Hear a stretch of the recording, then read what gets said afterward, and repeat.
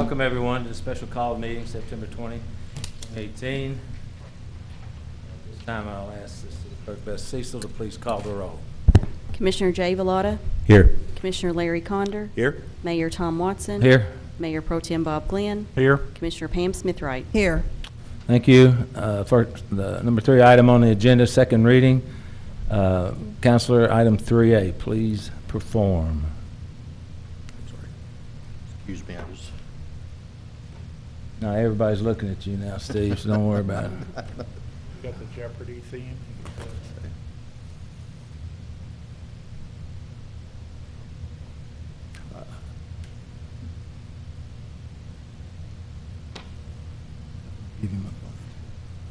There, I've got it. Pardon me. Ordinance 17-2018, an ordinance levying an ad valorem taxes for municipal purposes for the fiscal year commencing July 1st, 2018, and ending June 30th, 2019, at the rate of 26.60 cents per $100 of assessed valuation of real property, 28.09 cents per $100 of assessed valuation of personal property, and 30.30 cents per $100 of assessed valuation of vehicles, and providing for the collection and apportionment of the same. Publicly read for approval on second reading this 20th day of September 2018. Thank you very much. Any discussion from the, I'm going to vote first. Yeah, motion, could I have a motion to approve? So moved. Okay. Second. I'll second it.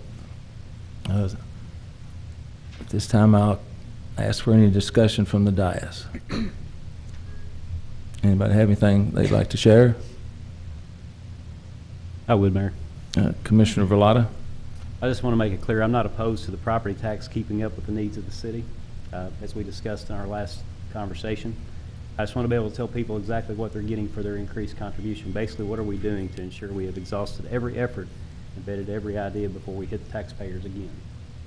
Mayor, to your point of progress, when we talked the other day, all I'm asking was that we get together as a group, a team, this commission, with staff, and look at other ideas and a plan that would work out for us to discuss ideas that you and I have talked about that never made it to public comment. And, you know, we planned downtown, we planned 54, and those have elevated our entire community and the prospects for growth. The question is, what's next? So this commission needs to discuss those things, I think, and look at ideas that we maybe overlooked. We've got some fresh sets of eyes on this thing now with some new blood in the staff with the new city manager. Not that the old city manager did anything wrong. We also have a new assistant city manager, and these guys are dynamic young men, and they have the opportunity to give us maybe some fresh ideas and look things over again that we might have missed along the way. But I truly don't understand why we're addressing this situation again in light, but I guess we're here for a reason. So just that's all I got. Thank you. You're welcome. Anybody else? Mayor. Commissioner Glenn.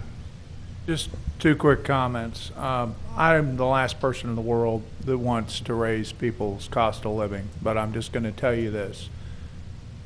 You are going to have your property taxes go up because Owensboro has been successful.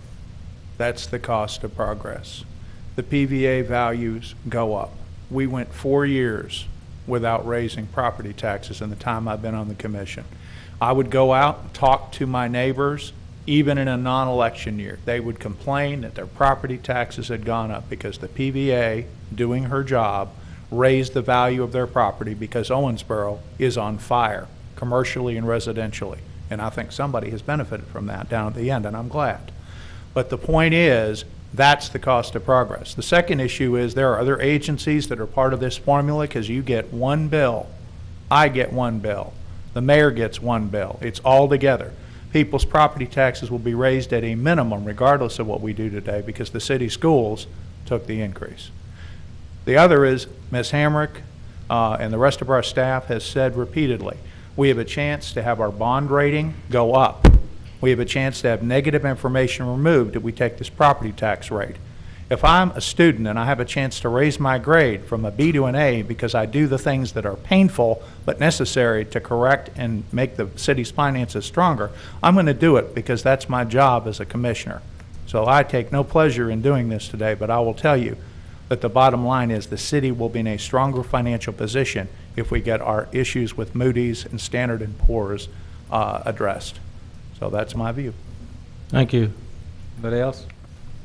Anybody from the public?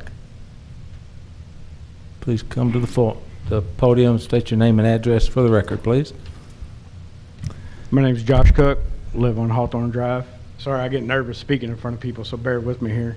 Me too. Well, I was here on Tuesday, and I seen where the vote was 2-2, so it got passed down. Mr. Glenn, I've had the privilege today listening to 3 of your commercials on the radio, talking about you can't wait to go to the Senate, balance the state budget. Well, how do you plan on doing that, sir, if you can't balance the city budget?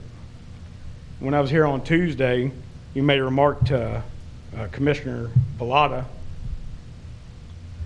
that what does he propose to cut out of the budget?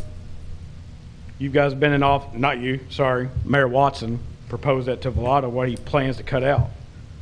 You guys have been in this office for 2 years now, some of you longer. I would have kind of hoped that you guys have been around that round table in there discussing things to come out of the budget. And since you have proposed that question, do you care if I give you a couple? Sure. The air show cost the city over $200,000 to do that. We got the chief of police in here. $200,000, we gave him 3 more officers with benefits for the city of Owensboro. Today in the news, it was reported that the shooting, September 10th, that happened on my side, the west side, the victim passed away this afternoon. I'm sure a couple more cops would have been helpful. 2, we keep giving tax breaks to these companies, like Mr. Glenn said, that Owensboro's on fire. These companies want to come into town. Alorica, we gave them a tax break. That's great. I'm all for jobs. But the thing is, they're mediocre jobs. The job starts out $10, $11 an hour. Well, you can go be a chef in the kitchen for $10, $11 an hour. If we're so on fire, Mr. Glenn, how come we don't have big companies coming to town offering taxpayers $17, $18, $20 an hour? Amazon loves to pay. UPS loves to pay. FedEx loves to pay. How come they're not coming here? I'm just asking tonight that you really consider the citizens of Owensboro with your tax hike. My whole family still lives on the west side. At the end of the month, they're already at a negative balance. That's why the city schools are providing meals for the kids in our cities, is because nobody has enough money to feed their families. And yet we're going to do a 3rd tax hike of the year. OMU did it. We've done it earlier. The water did it. Guys, where does it stop? Mr. Watson, when you ran last year, or 2 years ago, sorry, you said that you're going to go through the budget with a fine-tooth comb and you're going to get rid of everything that we don't need. I'm asking on the record, what have you gotten rid of that we don't need? Well, it's a little more difficult than you think. As you saw the other night, I have 1 vote. No, and I understand that. And we went through that budget with Mr. Parrish. We had an open budget hearing. We had hundreds of people come through here 2 times to try and find ways to save money. We gave our employees a very minimal increase. And at the same time, we can't control all the other agencies that are having to increase their stuff. I can't specifically say what we've cut out. What we've done is try and pare down. We have agencies in this community that we support at $970,000 a year. And you can't go to them and say, okay, you don't get your stipend this year, because they can't survive without it. It's a long-term process. And for us to get around that table, we have to invite the news, the print. It's difficult to try and talk openly about things that we'd like to do. It gets out in the newspaper and on everywhere else, and then you have issues to try and, this community is, there's so many people that don't want to be part of the community. They've created their own little kingdom. This agency, that agency, these people. And nobody wants to give up what they've got that has been coming to them. And you can't do that overnight.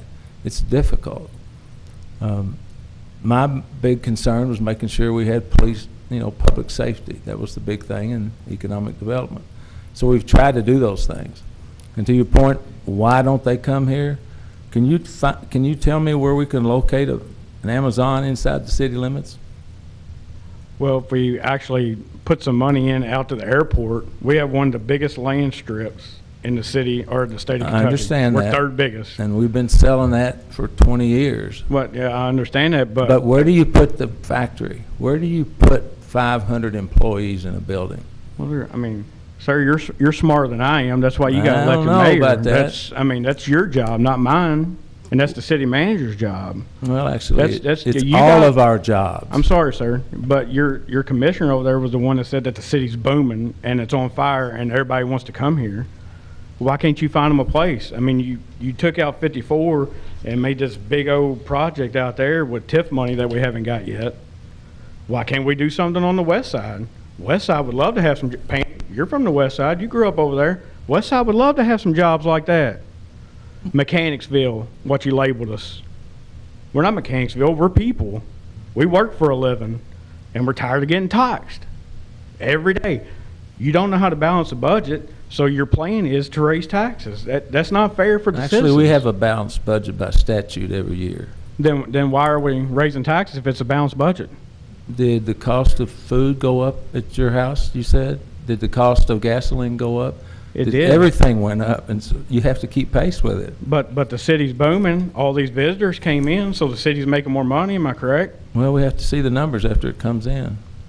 So you don't have numbers. You can come back at me, but when I come at you, you just say you don't have the answer. That don't seem fair. Well, I mean, you spend. I don't have the answers for the air show. It was just last weekend. Right, but no, what I'm saying is there was 70,000 people that was here. Well, I'm sure we're going to have revenue from that. That's great.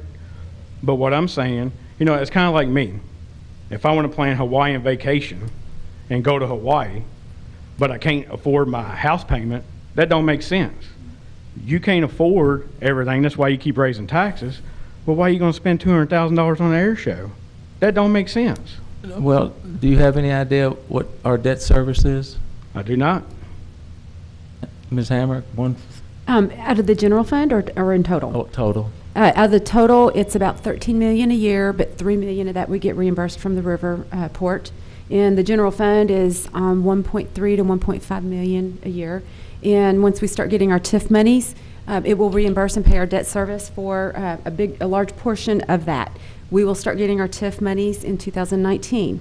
We are limited to the constraints of the timeframes that the state has put out there for the TIF, and we're abiding by that, and we're right on time, and everything's going as planned, but we will not get those revenues until late 2019.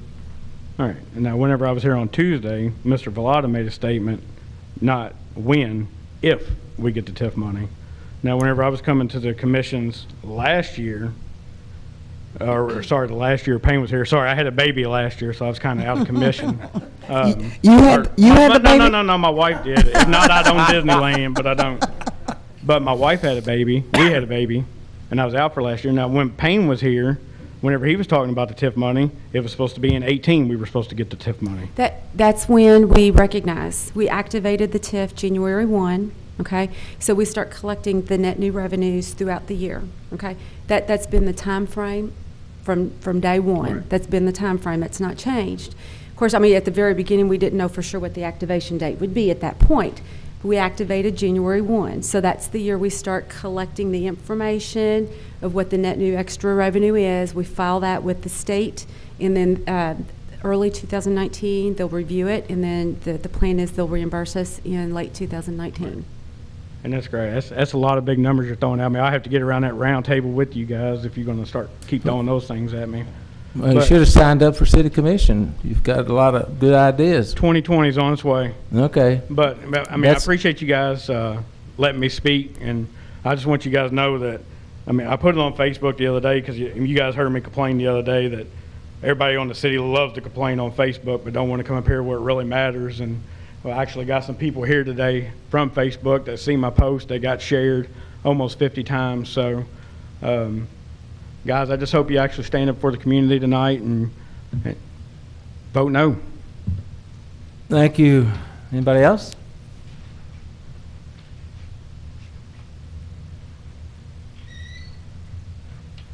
Okay. At this time, we'll have a roll call vote. Ms. Cecil? Commissioner Vellada? No. Commissioner Condor? No. Mayor Watson? Yes. Mayor Pro Tem Glenn? Yes. Commissioner Smithwright? Yes. Motion carries. Okay. I guess we adjourn, huh? Adjourn. Okay. I'll take a motion to adjourn. Second. All in favor indicate by saying aye. Aye. Aye. Adjourned.